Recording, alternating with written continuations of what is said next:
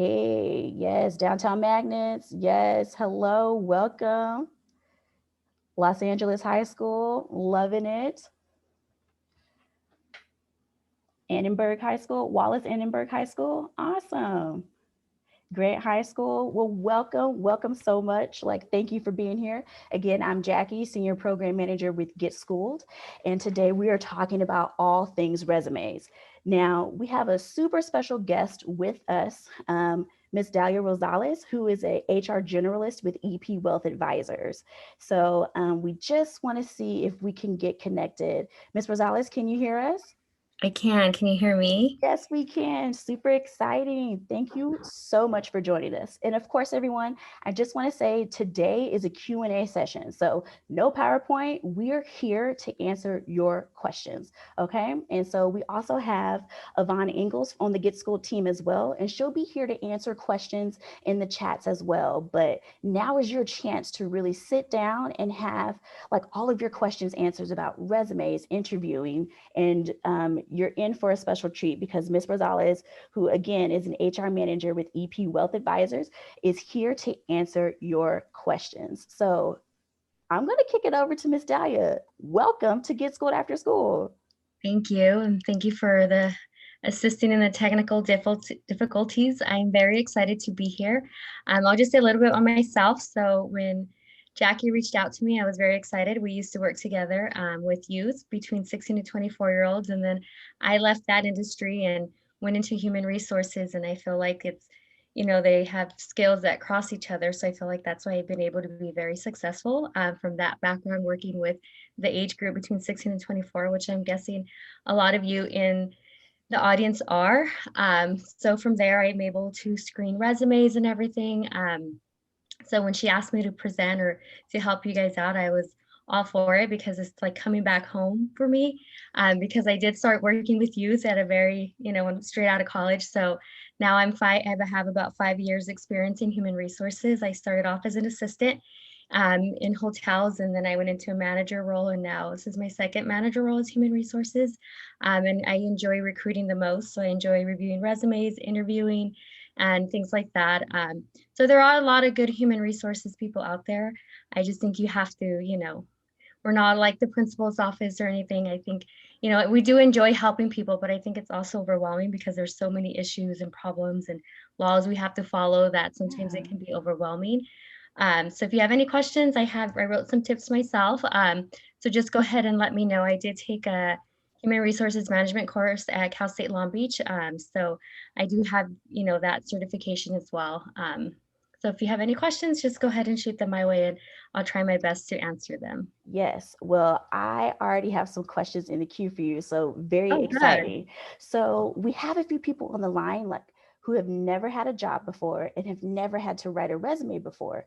So what are some tips you can give for a young person who's like, "Oh, I've never had to write a resume before. How do I do that? What do I put on it?"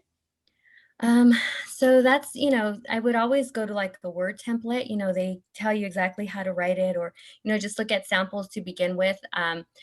You know, you think you don't have experience, but you do, if you had certain classes that taught you like life skills, you can put that in there as well. Like, for example, my mom cleans houses. So growing up, that's what I did. So on my resume, I would put house cleaner, or, assisted the director, which was my mom. And, I took out trash and I was still personable and talked to the ladies of the houses. And, so you have to think outside the box when you don't have like any real life skills yet.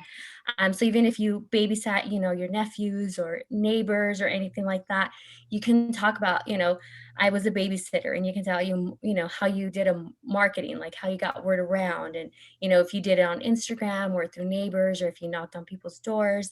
So I would definitely include that. Any volunteer experience that you've had, I would put that in there as well and be as very detailed as possible. Maybe try to get 4 to 5 bullet points under each job that you have, and that way you can fill up the space. So if you're still in high school or you're about to graduate, definitely put like projected graduation date. So the more words you put in there, the more space it takes up, and then it just looks, like a fuller page instead of just, high school student. So I would definitely get, try to get creative with that. So any classes that you took, volunteer experience, any helping around, the neighborhood, if you picked up, the lawns or leaves or anything like that, then I would definitely include that as well. That's fantastic. So again, if this is your first job or you think that you don't have any work experience, like Ms. Rosales Hmm. said, the answer is you do. And there's tons of really great info that you can put on your resume. And the great Yes. thing is Get School can totally help you with that. So at the end of today's session, we'll make sure that you have a resume template that you can just drop all of your experience into, and then you Hmm. can start sharing that out when you're ready to start your job search. You had mentioned, Ms. Rosales, that you used to work as a career counselor and help a lot of young people like either get that first job or work on that resume or, try to prep for their interview. And then in your current role, you see a ton of resumes, right? Yes. So, what are some things that should not be on your resume? What you personally like to do. Like, I don't really care if you like snowboarding or if you like going to the beach every weekend. A lot of people put their personal interests on there. And, it's always nice, but it's something that, it's like, well, that's not going to make me change my mind about you. As long as you have the experience or the education, that's really what we're looking for. Some things that I sometimes pass on, and, unless they have valid work experiences, people put pictures of themselves on there. So that's something that I would say there's no need for that. I would include if you have like a LinkedIn. So that way, we can look you up. And if you don't have experience, even as a high school or, if you're going to start to get into college your first year, um, no matter what type of college, community, vocational, any type of education, I would definitely get on LinkedIn and start that profile, because every time I'm talking to somebody on the phone, I'm like looking for them. It's like, well, because that's just a professional Instagram or Snapchat and things like that. And it also shows, what you like, what interests you have. So it's like, well, will you fit into our culture? Mhm. So I would definitely include, your LinkedIn, even if you're just starting off, graduating high school, and that way you can see what else is out there. Like you can look at my profile, you can look at Jackie, you Yep. can look at anybody's that, that's who I want to be like I grew up, a vice president of a bank. So you'll look at them and then you can scroll and see what type of experience they have and what they did. So then you can get in your mind like, okay, then this is what I should be doing. So it's a very good tool for you to use as well. Oh, that is so good to hear. Okay, you heard it here first, everyone. Whether you're in high school, college, or already deep into your career, getting on LinkedIn is so essential to helping you get Hmm. a job. So, thank you so much for that information. And Yeah. also, we'll be sure to include that at the end of the webinar as well for the resources you can download. We'll walk Hmm. you through that process on how you can complete your first LinkedIn profile. So, super excited that you shared that. Um, you know, one of the questions that we continuously get from Get School, when folks are asking us about like resumes and how do you interview, is I apply everywhere and I don't hear back from employers. So, what's your advice for someone who's been searching for jobs and they've been sending out their resume, but they just haven't heard back from an HR manager to get an interview? So I would highly recommend, and it takes a lot of guts and it takes a lot of confidence to do, but I've done it in my professional career where it's like, I want out of this job or I want this job. And I personally call and I'm like, hi, I just applied. And people have done it to me too, because you just want to look hungry and you want to be hungry. And, they'll say, like, I just applied last week. And I'm like, okay, well, let me get on really quick. And I look and then I answer, I'll do pre screening, stuff like that. So I feel like if you get on the phone or if you have the opportunity to walk up and say, hey, like, is the HR manager here? I used to get that a lot when I used to work in hotels. And I would always be like, okay, let me go up and meet them if I could, or here's my business card. So, if you're applying, even if it's, your first, third job that you're applying to, if you really want it, I would definitely get on the call, on the phone and make that call. And right now with Google and everything being so accessible, you can just Google like, say EP Wealth Advisors, you can put EP Wealth Advisors careers, like you can find people there. And that way you just, you can even find emails now where you can just personally email, anybody there. So I would definitely be proactive. Like I said, be hungry, because I've done it myself, or even I've even done it if I got rejected from a job. It's like, okay, why didn't you hire me? So that for the next position, I know better. So you have to have that in you, like that confidence to call for yourself, and probably get that you just didn't have that experience. It's like, okay, thank you. Well, what can I do next time? And most of the time people are taken aback, like, oh, okay, because people don't really want to hear feedback. And so when they do, then you can just, and take that to heart and then be like, okay, well, maybe next time I can do this, or, maybe you had spelling errors, so recheck your application, things like that, Mhm. that you can also look into. But I would definitely just be proactive, give calls, and, if you're close enough, go ahead and walk there and see if you can speak to someone. Nice. Okay, tons of nuggets in that sentence. So make sure that your resume and your application is free of errors. Be bold, be brave, and just Yes. reach out. So Yeah. then another reason to get LinkedIn. So if you have their Mm-hmm. contact info, make the call, send the email. I love it. So I hope everyone is taking notes, but also we're recording right now, and we'll make sure that you get a copy of this once it's over. But we have a question from Earl. Earl wants to know, what kinds of awards should we put on our resumes? All right. So awards are good. Awards to make you stand out as well. So if it was anything, like perfect attendance or any attendance award, tells us you're committed to work, and you'll show up and you'll be on time. So anything like attendance related, Dean's List also, even if your GPA isn't like a 4.5 or, whatever, include that, because no one's going to shy away of a 2.5. It's like you graduated high school. So with your diploma, it shows us, or your GED, that you do know what you're talking about. You do know this Mhm. information. So definitely don't shy away from like your GPA or anything like that.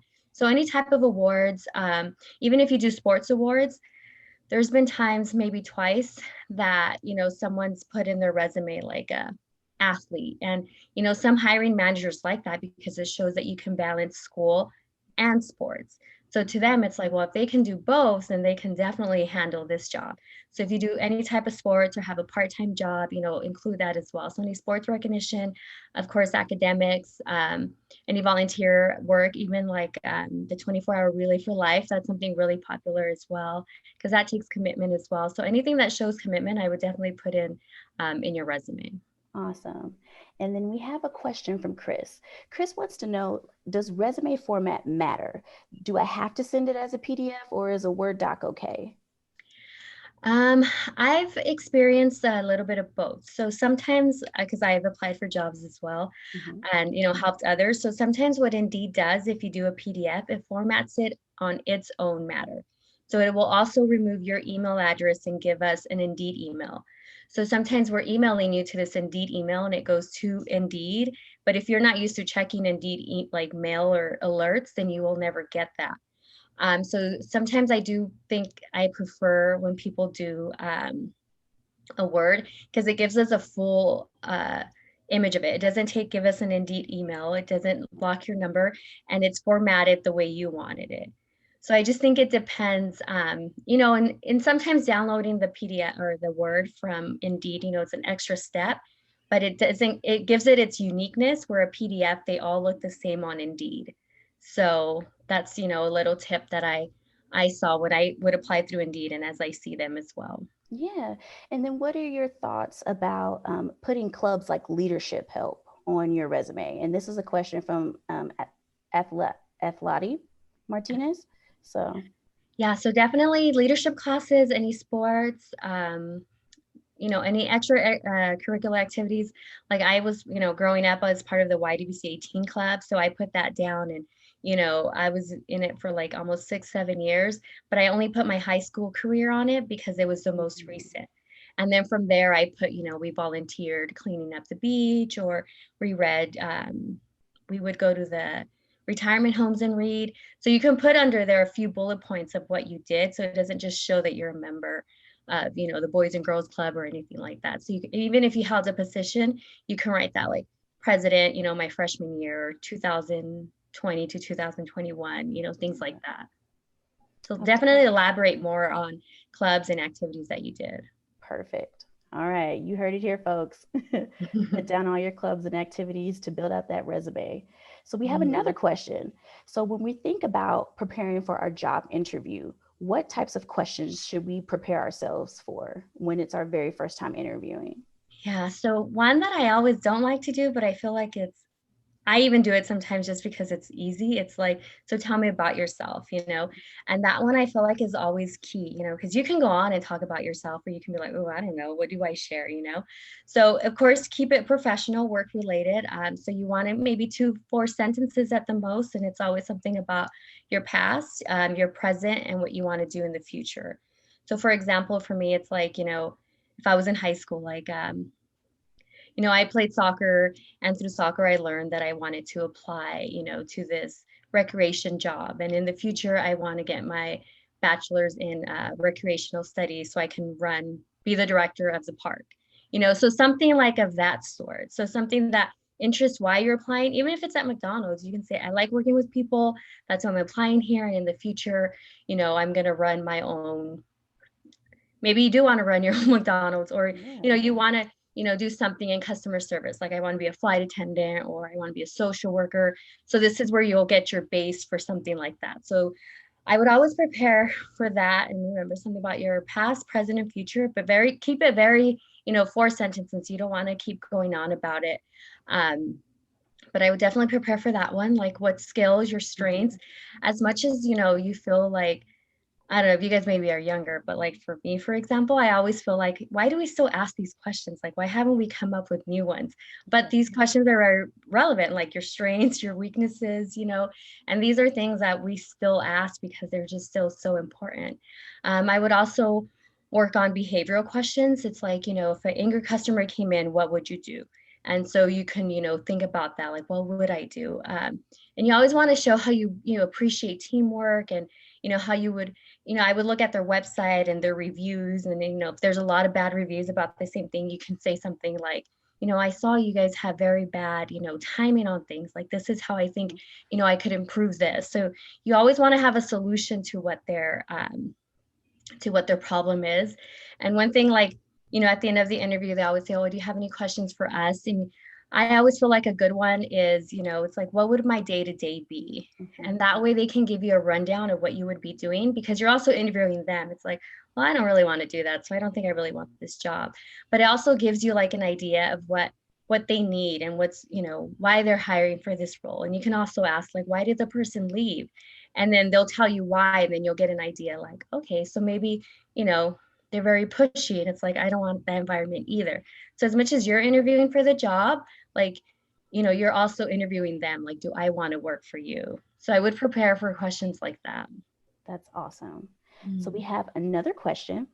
Okay. So, how long should your resume actually be? So, it seems like some people will have a one-page resume, others will have two, even three pages. So, for someone who's in high school or in college or getting their first job, how long Mhm. should your resume be? So it should, you know, it varies. It should definitely be a one pager. There shouldn't be a lot of white space in between. So I know if you're like enter just so it can take up the whole white space, then maybe you should want to, you know, look at it again and see where you can put fillers in, like more sentences, more bullet points, maybe bigger font on your name, things like that. But if you're having like a three pager, you know, you should probably look, you know, because everything has to be in chronological order. So from what you started from the beginning to the end. So if it's like 10 years ago, it's probably not relevant to your job right now. So I always clean up my resume because, you know, I graduated college like maybe more than 10 years ago. So what I did in college, it's, you know, I was a tutor. That doesn't isn't really going to help me anymore. So I don't use my tutoring job anymore. Or, you know, I was a support assistant. So I don't use that anymore, just because as you know, get more jobs and get more experience, you know, some things just aren't going to be relevant anymore to what you're looking for now. So if it is three pages and you're just starting college or just your new job, you should probably start letting go of some things that aren't as important. So, you know, you can just look at it, well, what's more important, you know, my job that I had last summer, or this volunteer job that's taking up, you know, the second page. So then you can start deleting things, because, you know, you don't want it's a lot of, when you're scanning through 50 resumes, in an hour, you're not going to keep looking down. You're looking like at the first, two bullet points of your jobs and, what you've done recently. So I would definitely start cleaning up from the bottom. Perfect. And Alyssa would like to know, like, what's the best way to end your resume? So I know on the Get School team, we've seen resumes where it's like, oh, see references, on next page, or, or Mhm. sometimes they'll say, oh, call me at the end of the resume, and that's how they close it out. But since you're an HR manager, would love to know, like, how do we end our resumes? That's a very good question. I've never even thought of how you end a resume. But in my experience, I would always see like skills, like proficient in Microsoft Word, PowerPoint, Excel, or bilingual, and then they include the languages. So maybe in the bottom, I think it's a good way to include things that you didn't include on the top, or you can just end it like references upon request. So if we needed a reference or anything, then we can go ahead and ask you for that. That's a Great. good question. Yeah, that was awesome. And then Mhm. I have a follow-up question to that. So, how do you build out your reference page? So, I know that some jobs require you to add a list of references. So, do you put that on the resume or is it a separate sheet? Could you walk us through that?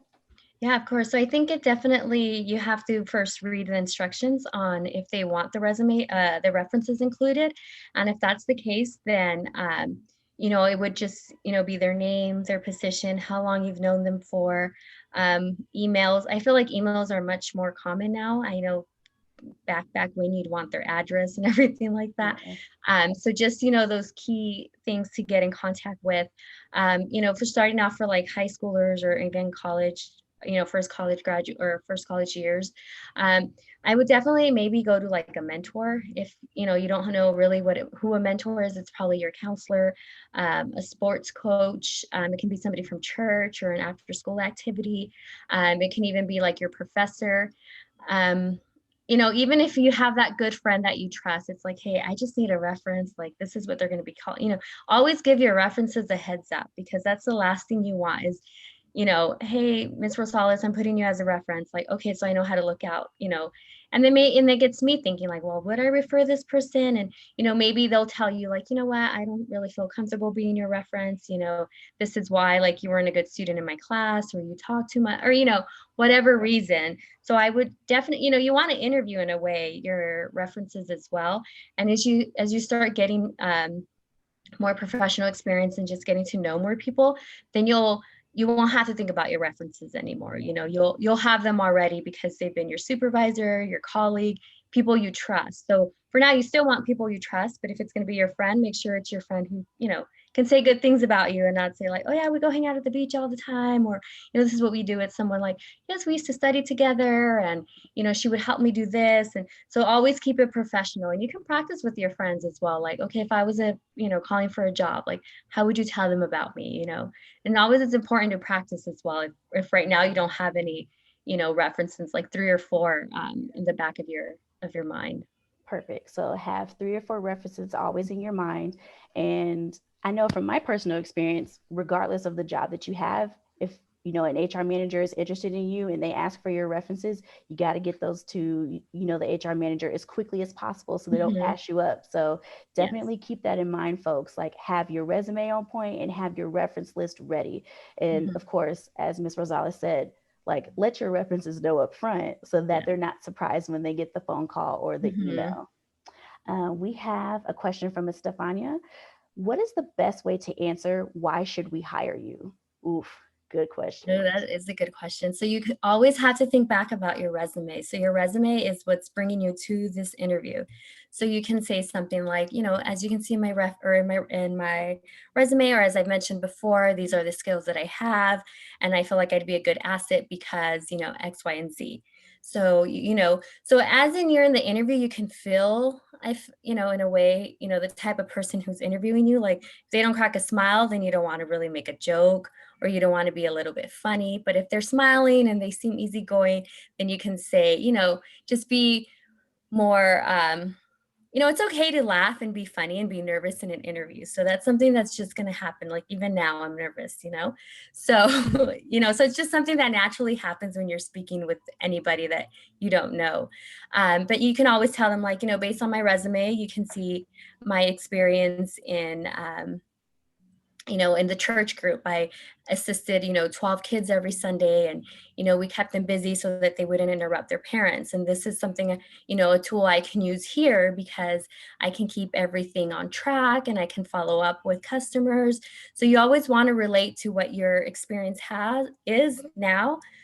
To what you can bring to the job. So that's something, and you can even practice yourself. Like you have, know your resume, like read it, practice in front of a mirror, like, oh, these are my skills. And, so you want to sound like your resume. You don't want to say words that aren't on your resume, or you don't want to put words on your resume that you yourself can't pronounce. So you have to know that whatever's on your resume, that's you, because you want to sound like your resume. Like, yes, I managed 5 people. You don't want to say, oh, I took care of 5 people. And it's like, what do you mean you took care of 5 people? When really it's like you managed 5 people, even if it's 5 little kids. So you want to definitely put words on your resume that you can say and that you're going to remember. Because if you sound like a PhD student on your resume, but yet you can't speak like one, it's going to be like, well, you looked good on paper. So, that's where that comes from in a way where, you look so good, but once you talk to me, you sounded like you're in high school. So that's why, if we know you're in high school, then we want your resume to look a little bit like you're still in high school. So that's something that I would definitely keep in mind as well. That's fantastic. Okay, so we have time for one more question before we close out today's session. So let me filter through. Okay. Yeah, I know we spoke about this a little bit earlier, but for those who don't have any work experience at all, like what's your advice for them to prepare for an interview? All right. So if you don't have, experience or anything like that, and you have the interview, which is, very important, then I would definitely um, practice interview skills or interview questions. Google, even on YouTube now, you can see how to prepare for an interview, and listen to them and, look at their mannerisms, like how you stand tall, make sure you shake hands. You can even practice shaking hands with your family members because the firm handshake like says so much. I've gotten compliments on my handshake, and it's, to me, it's like, yes, like I can do a good handshake. So that's something that you think is so small, but, smile and practice in front of a mirror. I used to always tell my students like just smile like for 2 minutes on like watching yourself in the mirror, so then, or even talk in the mirror, or now videos, so you can see what you look like and you feel more comfortable with yourself. Because if you're in this interview and you're nervous and you're like, I look nervous, I feel nervous, you're just going to be nervous. But if you're, start practicing in front of a mirror, so you know what you look like, if you're smiling or if you're just like, a straight face and talking. So I think, just by getting used to what you look like and sound like, I think is very important, because that's your selling point. And if you go in confident, they're going to see something in you. But if you go in and you're just like, oh my God, I'm so nervous, I don't have any like they're going to be able to read that too. So I think just practicing, look at YouTube videos, write down a script, and the script may go out the window once you're in the interview, but at least you have that practice, that knowledge in your head, like, okay, I remember saying this or reading this. So definitely practice and be comfortable, practice with your siblings, with your parents, anything like that. There's tools out there. All you need to do is practice, because I can read and I've never said anything that I've read. And once I get to the interview, I'm going to be like, oh, what did I just, Yeah. what am I going to say? But if you look in the mirror and you know what you sound like and look like, you'll be more, comfortable and confident with yourself. So that's what I would recommend to do. Wow, that is awesome. And yes, and I also see in the chat here, are there any volunteer opportunities available right now, especially during this pandemic? Yes. Okay. So I'm so excited that you raised that question, because next week for our Get Schooled After School webinar series, we're talking about volunteerism. One, how do you find volunteer opportunities that are virtual and in person? And then we're also going to share with you how you can add those to your resume and how you can get money for college on just based on volunteering. So we're definitely going to touch on that for next week. but we're going to close out today's session. Like, thank you so much for all of the really awesome questions. Ms. Yes, Rosales, thank you so much for joining us today and for of your course. time. If you still have questions, no worries. Everybody, you can just text us at 335577 so that you can talk to a career coach and get your questions answered. And again, thank you so much for joining us, Ms. Rosales. And Yay. oh, I don't want to forget, we do have 2 Visa gift card winners for today's session. So Ooh, congratulations. I know, right? I'm like, that's just for showing exciting. up. So Yes. congratulations to Christine De Leon and Kania Romero. We are going to follow up with you directly tomorrow to make sure that we get you your gift cards. But again, everyone, join us next Wednesday for the next session so that we can get this information to you. Okay. Also, as soon as the webinar is over, we are going to send out all of the information. So all the great nuggets that Ms. Rosales covered in today's session, along with links to build your first resume. So we have a resume template for you. She talked about interviewing. So we have the top 5 interview questions that you can download and practice on. We have tips for you to, how do you do a Zoom, interview, or how do you do a phone interview? We have all of that information and it's free and it's available on the Get Schooled website right now. So we'll send out the direct link afterward, or you can pop on over to Get Schooled right now and you'll be able to download all of the resources you need. Thank you so much to everyone. Again, questions, comments, connect with us, Get Schooled, okay? Text us 335577. Thank you so much for joining us, everyone, and have a wonderful day. And we'll see you next week at Get Schooled After School. Take All care, right. Thank everyone. you. Bye.